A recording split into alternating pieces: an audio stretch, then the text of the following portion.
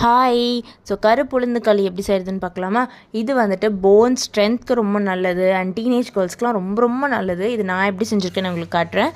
So first வந்துட்டு ஒரு கடாய் வச்சுக்கோங்க. இது நல்ல ஹீட் ஆகணும். ஹீட் ஆனதுக்கப்புறமா ஒரு ட்ராப் கூட தண்ணி இல்லாமல் பார்த்துக்கோங்க. அதில் 1 கப் ஆஃப் கருப்பு உளுந்து நான் சேர்த்துருக்கேன்.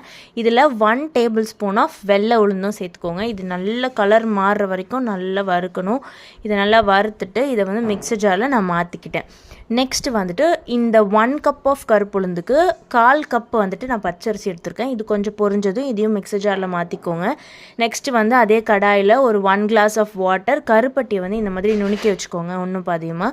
ஸோ இது வந்து நல்லா கரையிற அளவுக்கு ஹீட் பண்ணிக்கோங்க. ஹீட் பண்ணி வடிகட்டி வச்சுக்கோங்க.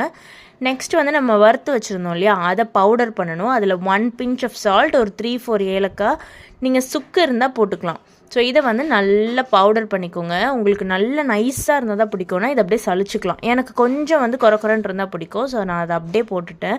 ஸோ இதில் வந்து நம்ம கரைச்சி வச்சுருக்கோம் இல்லையா, அந்த கருப்பட்டி பாகை ஊற்றி ஃபர்ஸ்ட் நல்லா கரைச்சிட்டு அதுக்கப்புறமா கேஸில் வைங்க.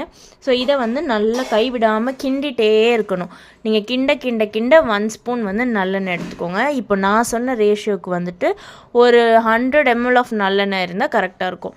ஸோ இதை வந்துட்டு நல்லா கிண்டிகிட்டே இருக்கும்போது நிறைய எண்ணெய் ஊற்றி உங்கள்கிட்ட இருக்கிற அந்த நல்லெண்ணெய் இருக்கு இல்லையா, அது அப்படியே கொஞ்சம் கொஞ்சமாக ஒரே அடியாக ஊற்றாமல் கொஞ்சம் கொஞ்சமாக ஊற்றி இந்த மாதிரி கிண்டிகிட்டே வந்தீங்கன்னா ஹல்வா மாதிரி திரண்டு வரும்.